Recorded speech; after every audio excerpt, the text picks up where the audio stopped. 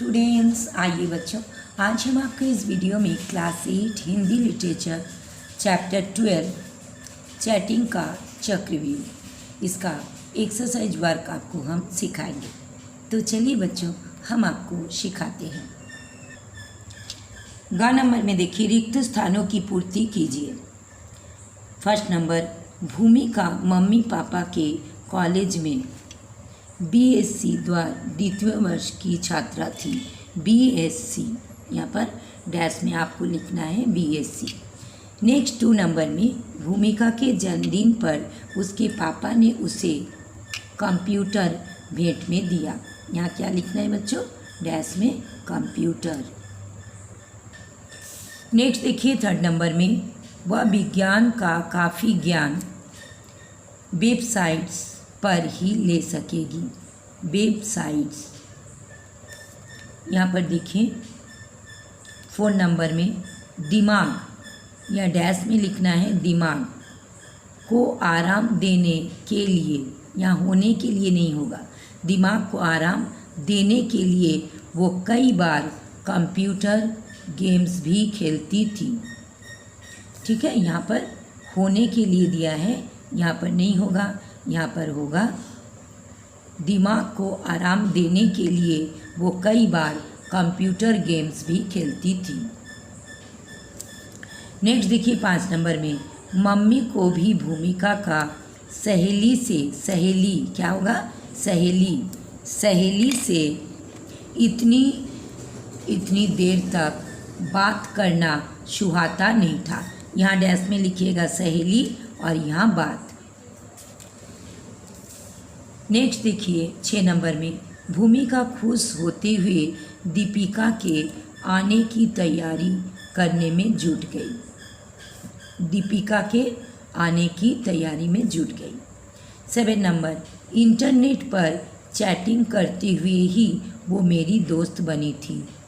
Internet dash में क्या लिखोगे? इंटरनेट। 8 नंबर में, पुलिस के सिपाही ने पैकेट खोलकर देखा। पैकेट। 9 नंबर में, सुबकती हुई भूमिका ने पुलिस के सिपाहियों से पूछा। सुबकती। नेक्स्ट देखिए घ नंबर में, निम्नलिखित शब्दों में मूल शब्द तथा प्रत्यय अलग कीजिए। अंकित, मूल शब्द होगा अंक, प्रत्यय होगा ईत। लिखावट, मूल शब्द होगा लिख, प्रत्यय होगा आवट। सहजता, मूल शब्द होगा सहज, प्रत्यय होगा ता। परिचित, मूल शब्द होगा परिचय, प्रत्यय होगा ईत। शौकीन, मूल शब्द होगा शौक, प्रत्यय होगा एन। इन नहीं होगा बच्चों, यहाँ पर एन होगा। शौक और एन, शौकीन। प्रकाशक, प्रकाश जोड़ अक, प्रकाशक। शारीरिक, शरीर जोड़ ईक, शारीरिक। उत्सुकता, उत्सुक जोड़ता। ठीक है, अब नेक्स्ट देखिए, निम्नलिखित शब्दों के पर्यायवाची लिखिए। यहाँ पर 2 डैश है, यानी आपको 2 पर्यायवाची लिखना है। खुश, खुश का होगा प्रसन्न, शानंद। जल्दी, जल्दी का शीघ्र, तुरंत। काफ़ी, काफ़ी का पर्याप्त, भरपूर। नज़र, दृष्टि, निगाह। बेटी, पुत्री, सुता। खग, चिड़िया, पक्षी। दोस्त, दोस्त का मित्र, सखा।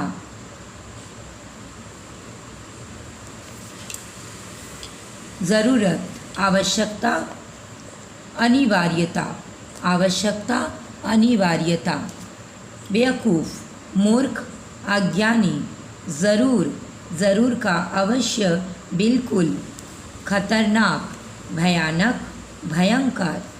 माँ, जननी, अम्बा। अब नेक्स्ट क्वेश्चन देखिए, निम्नलिखित मुहावरों और लोकोक्तियों का अपने वाक्य में इस प्रकार प्रयोग कीजिए कि उनके अर्थ स्पष्ट हो जाए। कुछ यहाँ पर मुहावरे भी हैं और कुछ लोकोक्तियाँ भी दिया गया है। ठीक है, उसको आपको वाक्य में प्रयोग करना है ताकि उसका अर्थ जो है स्पष्ट हो जाए।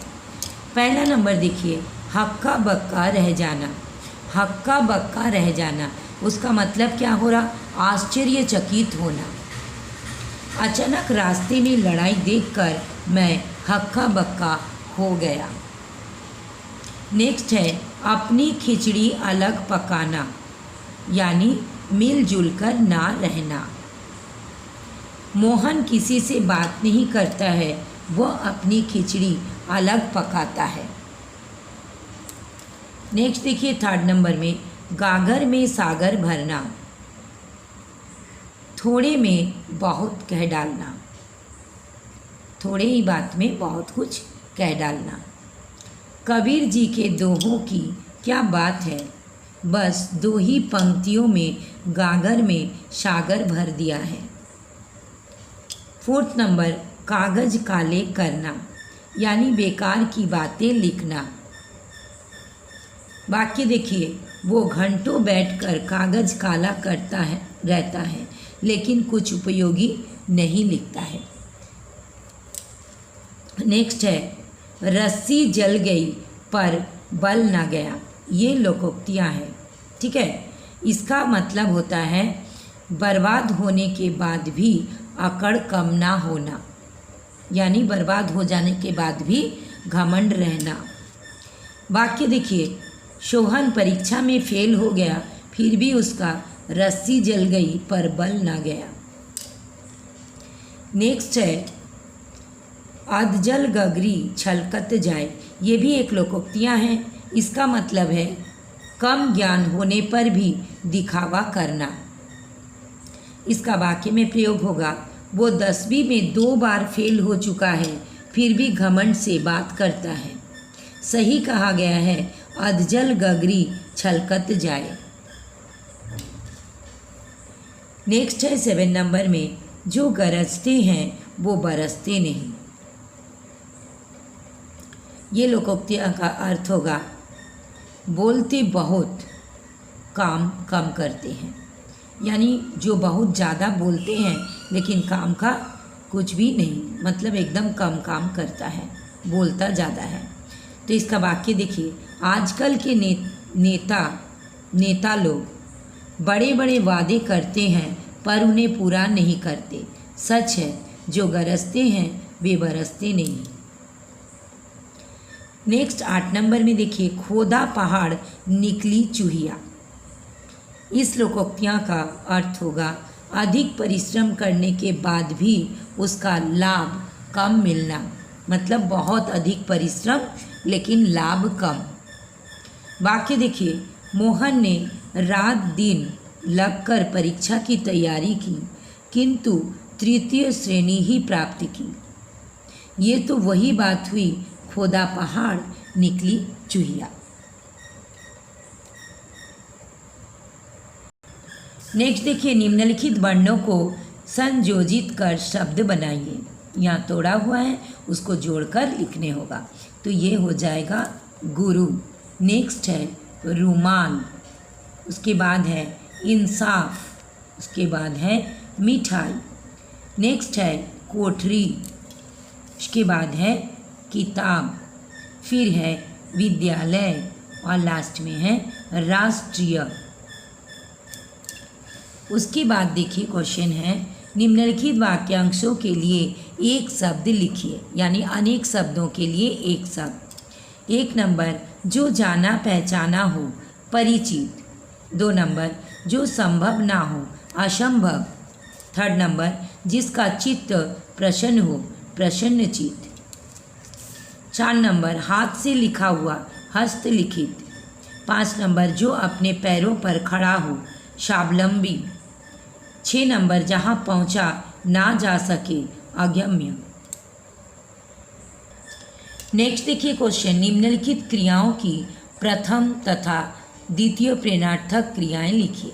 तो बच्चों, अगर आपने प्रेरणार्थक क्रिया को पढ़े हैं तो आपको समझ में आ जाएगा कि प्रथम प्रेरणार्थक क्या होता है और द्वितीय प्रेरणार्थक। देखिए बच्चों, प्रथम प्रेरणार्थक क्रिया क्या होता है, जिस क्रिया में कर्ता खुद काम नहीं करने की प्रेरणा देता है। जिस क्रिया में कर्ता स्वयं कार्य करने की प्रेरणा देता है उसे प्रथम प्रेरणार्थक क्रिया कहते हैं। जैसे माँ बच्चों को कहानी सुनाती है। द्वितीय प्रेरणार्थक क्रिया जिस क्रिया में कर्ता कार्य में स्वयं सम्मिलित ना होकर किसी अन्य को कार्य की प्रेरणा देती है। जैसे माँ नौकरानी से बच्चों को कहानी सुनवाती है। यानी इसका ट्रिक जान लीजिए कि प्रथम जो प्रेरणार्थक क्रिया होगा उसमें ना लगेगा और द्वितीय प्रेरणार्थक क्रिया में वाना लगेगा। ठीक है, इतना ही दिमाग में रखिए। तो पहला है गिरना। प्रथम प्रेरणार्थक क्रिया होगा गिराना और द्वितीय होगा गिरवाना। इसमें वाना और इसमें ना। फिर देखिए बचना, बचाना, बचवाना। दौड़ना, दौड़ाना, दौड़वाना। उतरना, उतराना, उतरवाना। उड़ना, उड़ाना, उड़वाना। क्लियर। अब लास्ट क्वेश्चन देखिए। निम्नलिखित श्रुति श्रम भिन्नार्थक शब्दों से इस प्रकार वाक्य बनाइए कि उसके अर्थ स्पष्ट हो जाए। तो देखिए यहाँ पर अर्थ जानने होगा बच्चों। अगर आप अर्थ जान लोगे तो ही आप इससे वाक्य बना पाओगे। अब शोक, शोक का मतलब होता है दुख। और शौक, शौक मतलब क्या होता है?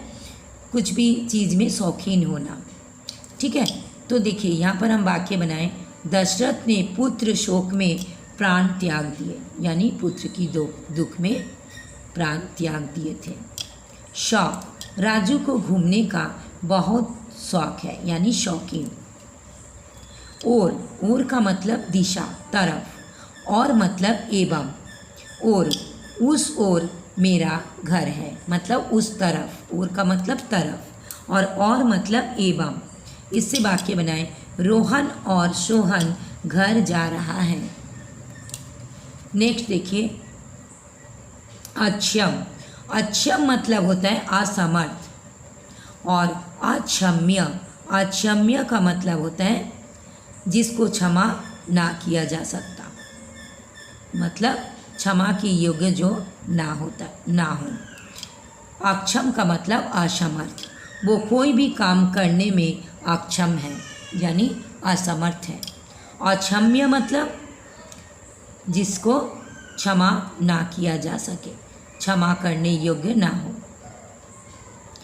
अक्षम्य, उसने इतना गलत काम किया कि वो अक्षम्य है, मतलब उसको हम क्षमा नहीं कर सकते हैं।